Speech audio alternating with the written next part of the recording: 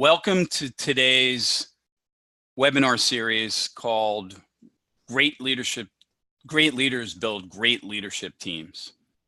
Excited to have you here today to talk about how to jumpstart your leadership team in 2019. So before we get started, I just wanted to let folks know that the slides you're about to see are thick with content. I'm not going to read all the slides, but I do that so that you have good content post the discussion. So, how to jumpstart your leadership team in 2019? Well, about 10 years ago, my partner Gil and I started this firm called Relationship Impact with a point of view in mind. That was the leadership teams of any organization, but particularly growing organizations, are critical to the success and health of the organization. And with that in mind, we built an organization that works with CEOs to help unlock the potential of their leadership teams. Key stat: in a study of hundreds of leadership teams, only 10% rated themselves as high performing. We were surprised by that number. And they rated themselves as 10% as high performing on two sets of factors: on how well their teams were, well structured they were, and how well they related to each other. That's a pretty stark number, and it is sort of proven out in the work that we do, because a lot of the teams that we work with feel like they could be a lot better. So the purpose of today's discussion, let me back out here. I'm having some issues with the PowerPoint flow. There we go. Discussion flow today. We're going to talk a little bit about symptoms of dysfunction. Then we're going to talk about how to step back, refine the team structure, and strengthen relational dynamics. And then I'll leave you with a few resources. So some symptoms of dysfunction.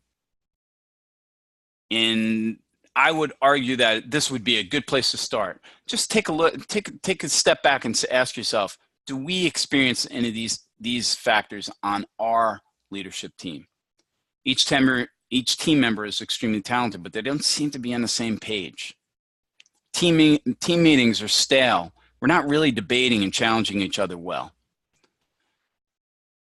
The team really kind of likes each other a lot, but they don't necessarily work, quote, very well together outside of a team meeting, for example. There's a clear big issue on the table and we're not addressing it. And then leaders or influencers, those with authority, kind of squash or overpower discussions and the input of others, and they're dismissive of other perspectives. So those are a few of the key symptoms of dysfunction on some of the teams that we've worked with. How does the leadership team get out of sync? There's many ways a team gets out of sync. And one of the biggest ones is that they work at such a fast pace, right? And it's hard to take your eye off how we're running our team when we're running at 100 miles an hour. Also, there's a tendency of leadership teams to focus on the short term at the expense of spending much time at all on the longer term strategic issues. Another big issue is the inability or lack of skill with compromise and listening and hearing other people's perspectives.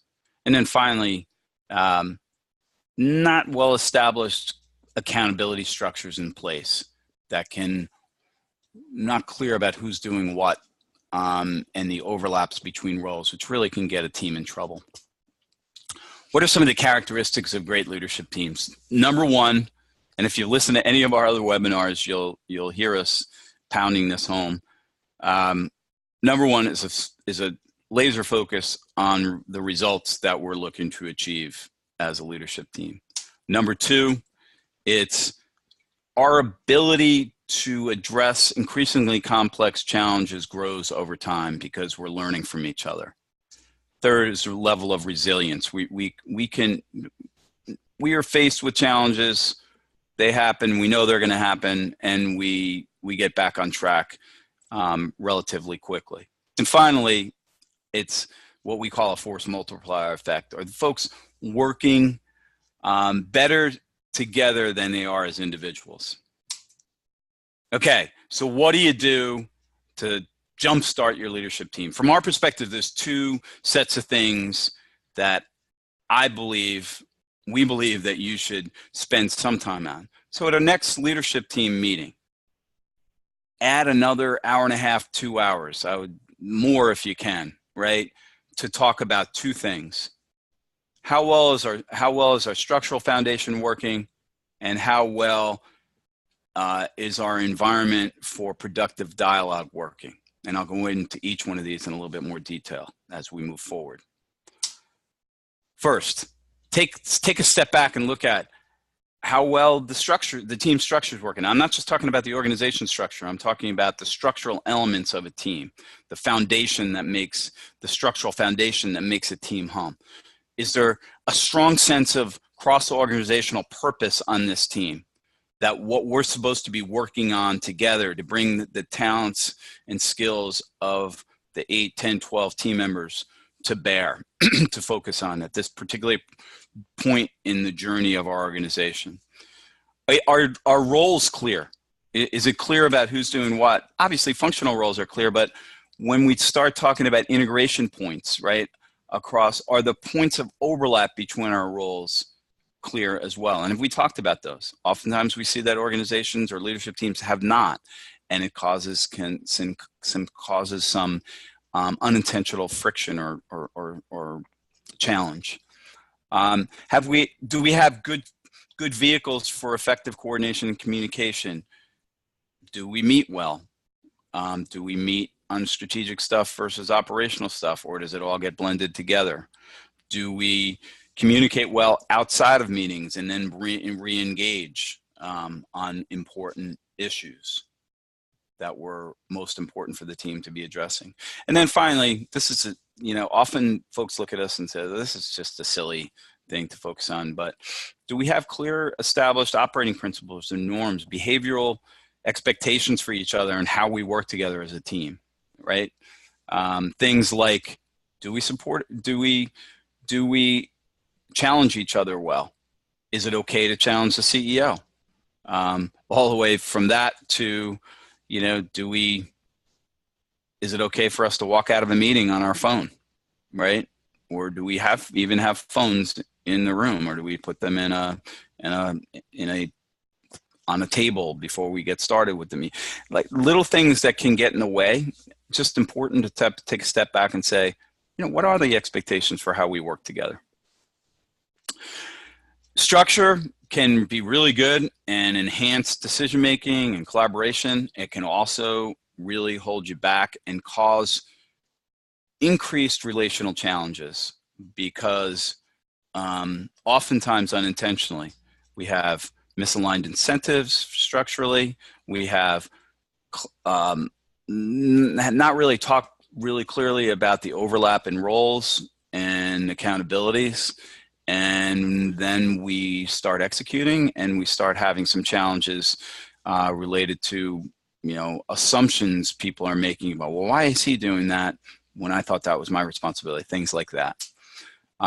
Define the purpose. The first part of defining purpose is this kind of gaining some clarity on what type of team you are. Are you an exchange information type of team? Are you providing advice and counsel to the CEO and he or she makes the calls? Or are you really operating as a enterprise leadership team that's really focused on the most important stuff that's driving the organization collectively? Some examples of compelling leadership team purpose. Good example, young professional services firm growing beyond a highly concentrated customer mix. 85% of their customer base a couple of years ago was really focused on one customer.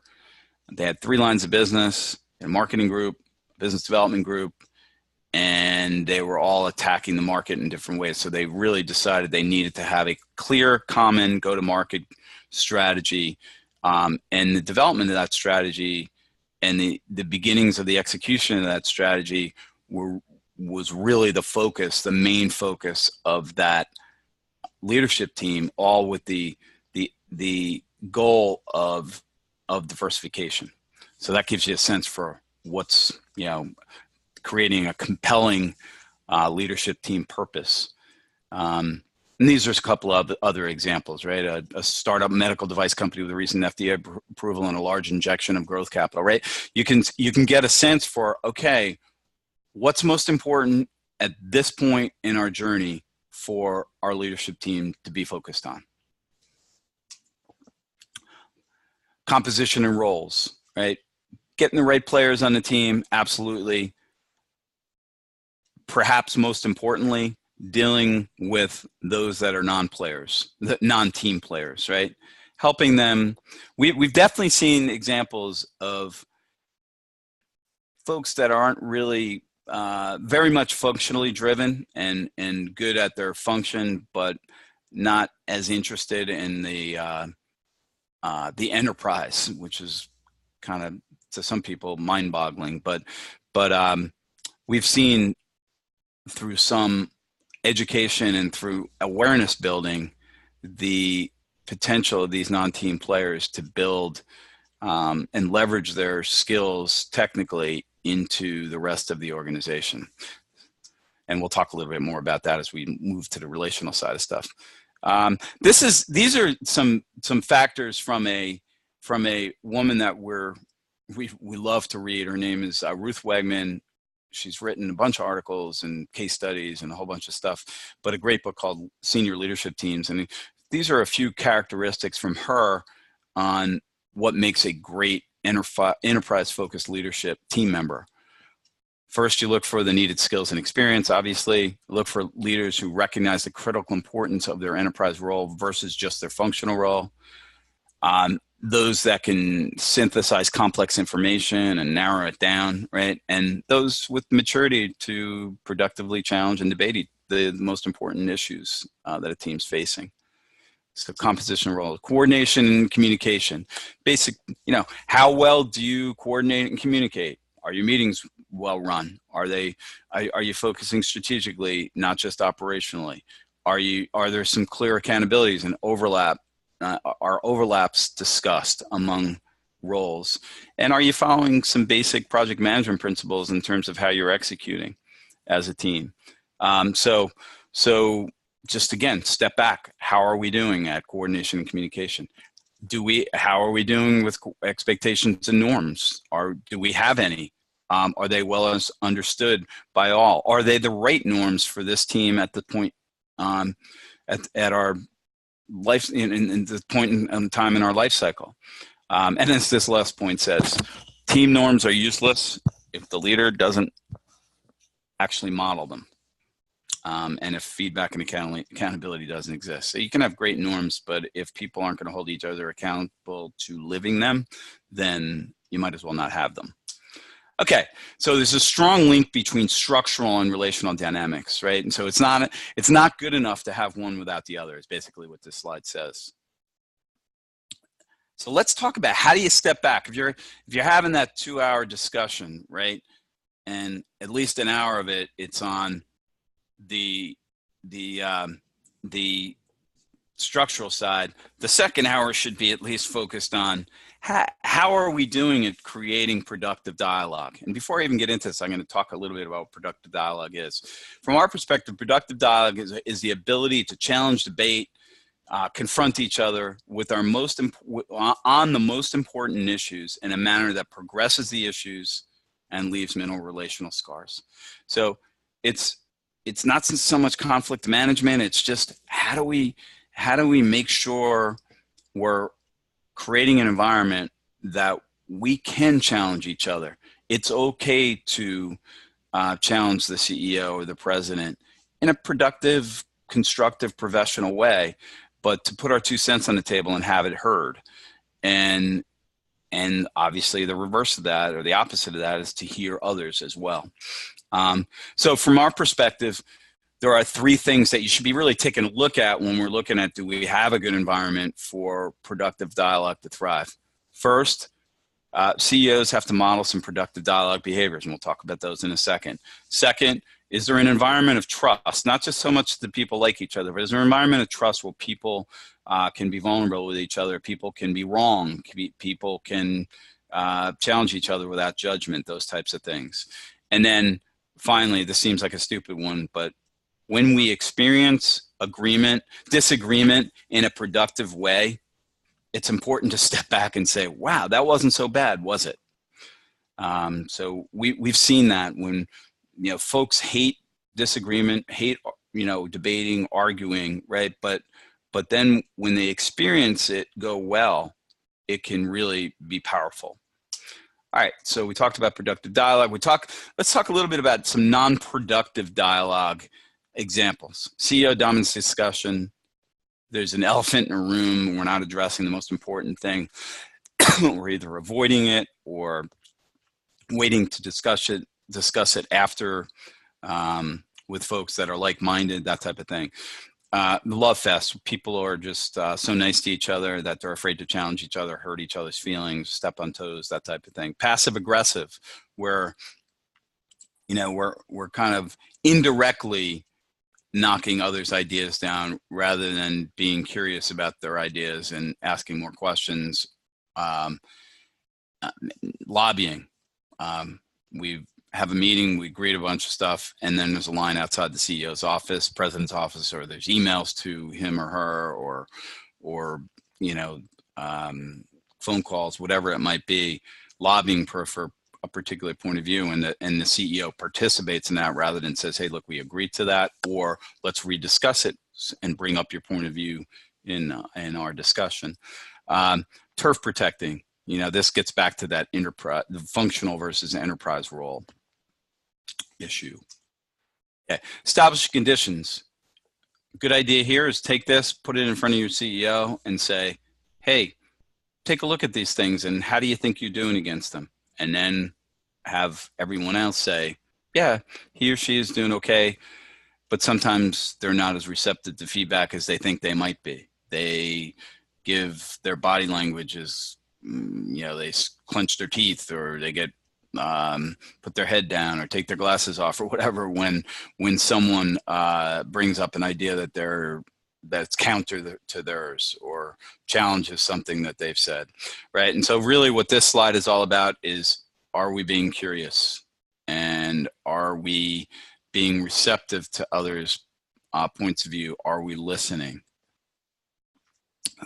Building trust. There's a lot in here. We have an article we wrote for Chief Executive Magazine in October, a webinar we did in October on, I think it's called Trust Fuels Great Leadership Teams. And we have the link to it at the end, so don't worry about it. You'll see that. But trust is a big deal. It's hard to build and even harder to repair. And it takes a few things, right? It getting to know each other at a little bit of a deeper level. I'm not talking about, understanding who our mothers and fathers are and all that kind of stuff, but really gaining a sense of what some of the challenges that we've faced in our lives, right? A big one for me is I bought a little manufacturing company with two other partners, and we did a good job turning around, and then we went bankrupt with the financial crisis in 2008. It's a big part of my journey as a professional, and it influences decisions I make, how I interact with others, and it's important for others to, when they gain some insights into that, they can understand where I'm coming from a little bit better. Next thing is using psychometric instruments. We believe in a great deal, but using them to force or to encourage behavioral commitment. So it's really important for folks to understand similarities and differences among team members. That can really be very powerful, but it's most important to do something with those similarities and differences. So for example, if I'm an aggressive, assertive person, and that's really been helpful for me in my journey in my professional life, but this team doesn't need another aggressive and assertive person, then I might need to temper that a little bit. And if I'm getting feedback from some of my teammates that that's the case, then I'm going to commit to doing something about that. and asking them to hold me accountable to that. That's really, those tools can be really effective if you, in our opinion, if used that way.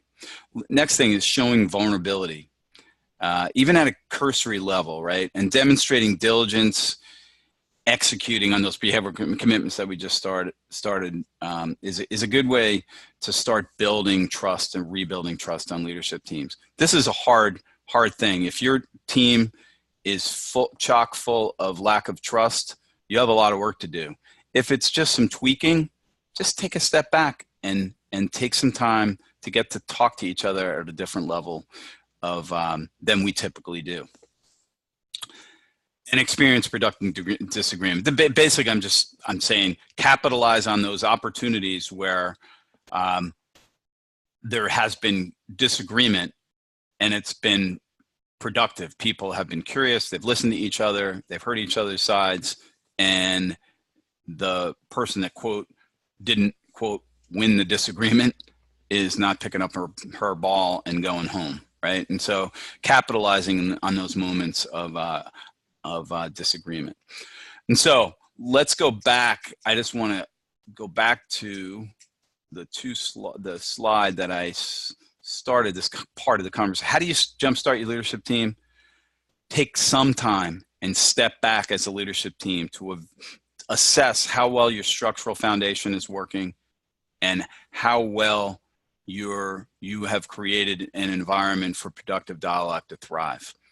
If you do that, there will be a couple actions that emerge from here that you can hold each other accountable to as a leadership team, and take the next step on your journey to jump-starting your leadership team so you can build just a great one that's focused on results, is resilient, learns from each other, and is able to tackle more complex problems over time, and ultimately has a force multiplier effect in place. So let's look at the end here. I have some resources for you to take a look at. Some really good, a couple blogs from us. I talked about this. Trust is what fuels great leadership teams blog. Another blog from us, and then this book, Senior Leadership Teams by Ruth Wegman. And a great TED talk on psychological safety, which is a key part of building trust, a trusting environment on a leadership team. Next, I just want to offer to anyone who participates in this, please feel free to go on our website and take this complimentary team assessment, which will enable you as a leader to take a look at your team and how it's structured, how it's set up structurally and how it's set up relationally. So with that in mind, I'll take any questions. I'm going to get off record here in a second, but thank you for your time, and I look forward to seeing you on our February webinar. Take care.